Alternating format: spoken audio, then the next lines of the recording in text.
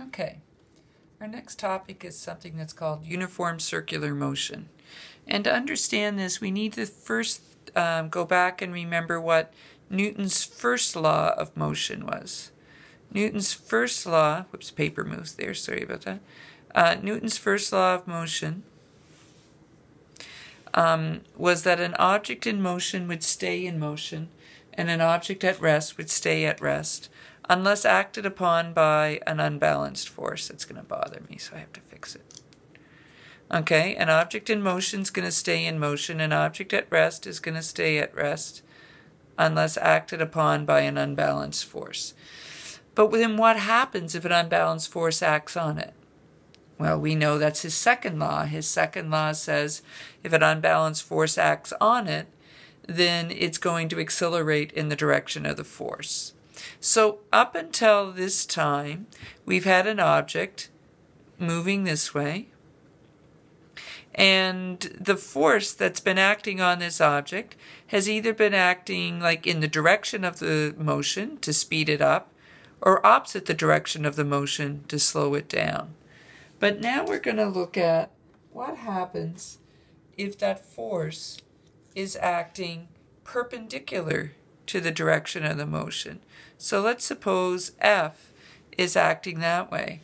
What's going to happen, or maybe I'll draw it out here, what's going to happen to this object if the force is acting perpendicular to the direction of the motion?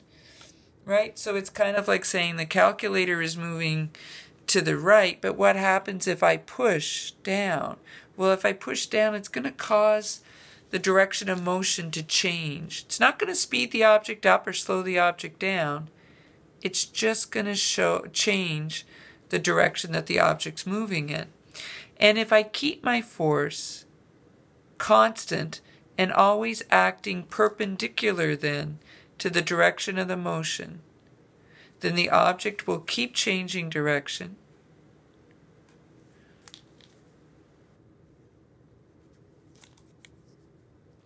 Never speeding up or slowing down.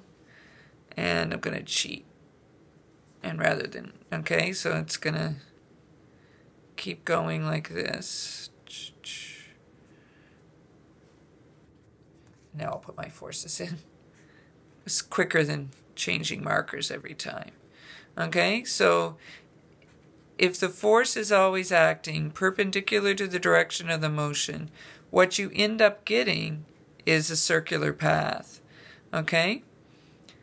Now, you have to imagine, because I was being a little lazy and I was making my arrows, my velocity vectors pretty big, but you can imagine that if I made them really, really tiny and that they only changed a little bit each time, that you would end up getting a nice smooth circle as your result. Okay? And so what we get is something that's called uniform circular motion. Uniform because the velocity doesn't change. Okay? That's what the uniform means. And then circular motion because it will follow a circular path. So if an unbalanced force, that's this guy, is acting perpendicular to the direction of motion, you will get something that's called uniform circular motion. Now this unbalanced force has a special name. It's called a centripetal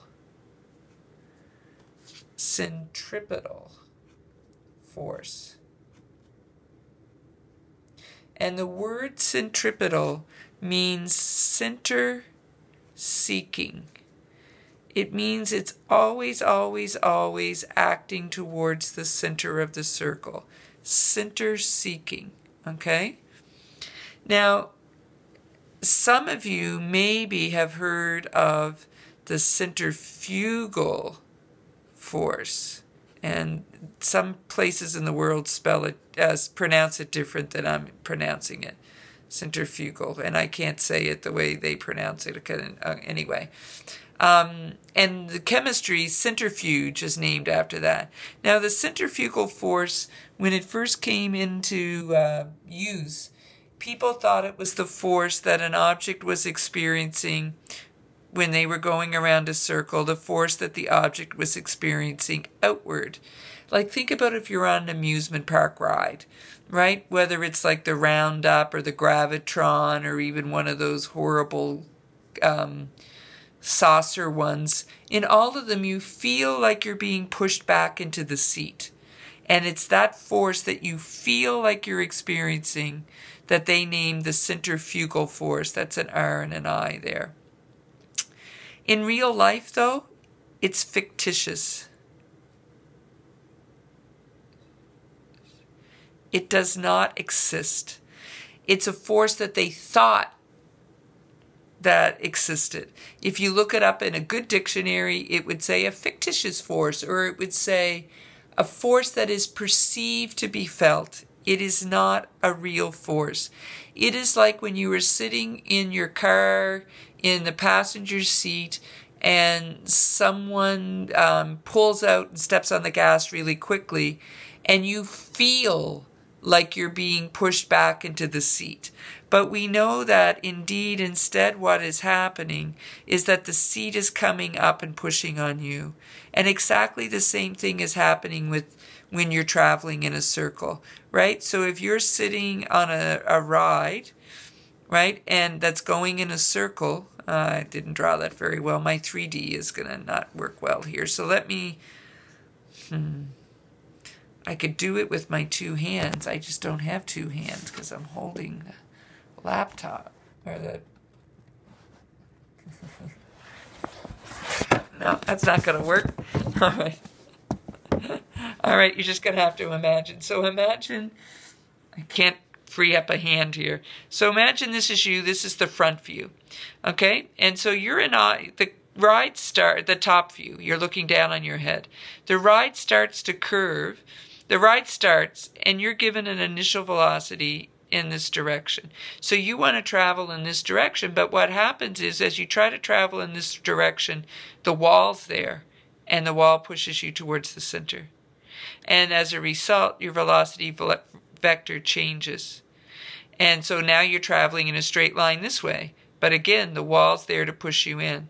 And so that changes your velocity vector this way. So you feel as if you're being pushed back into the wall, but it's really the wall pushing you towards the center.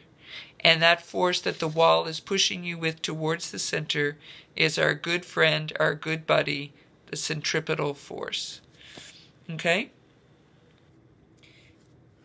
And we call it FC. Now, this centripetal force is any force that makes an object move in a circular path. Any force.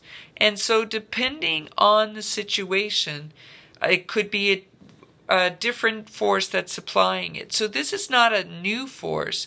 It's any force at a particular moment in time that's making an object move in a circle. And actually, it's the net force that is causing us to move in a circle. Now, what I mean by that is imagine that I'm swinging a stopper over my head. A stopper that's attached to a piece of string. So the force that's making the stopper move in the circle is the tension that's in the string, right? And you all know the force of tension. It's not a new force, but in this particular case, it's acting as the centripetal force. If you think of the sun with the earth moving around it, the earth is moving in a circle around the sun. Because it's moving in a circle, there must be a centripetal force. If there's an object moving in a circle, there has to be some force that's pushing it towards the center of the circle. If there isn't, the object will not be able to continue to move in a circle. If I was not putting a force of tension from my hand on this string, if I let go, and if we were in class, I would do exactly that, but if I let go at any instant, the object will just move out at a tangent to the circle. So if there's not a centripetal force pulling the object in, the object will not be able to travel in the circular path, and it will go out at a tangent to the circle. So anytime you see an object traveling in a circular path, either a full circle or a part of a circle, like going around a curve in the wintertime in your car, right? In order for you to stay in the curve,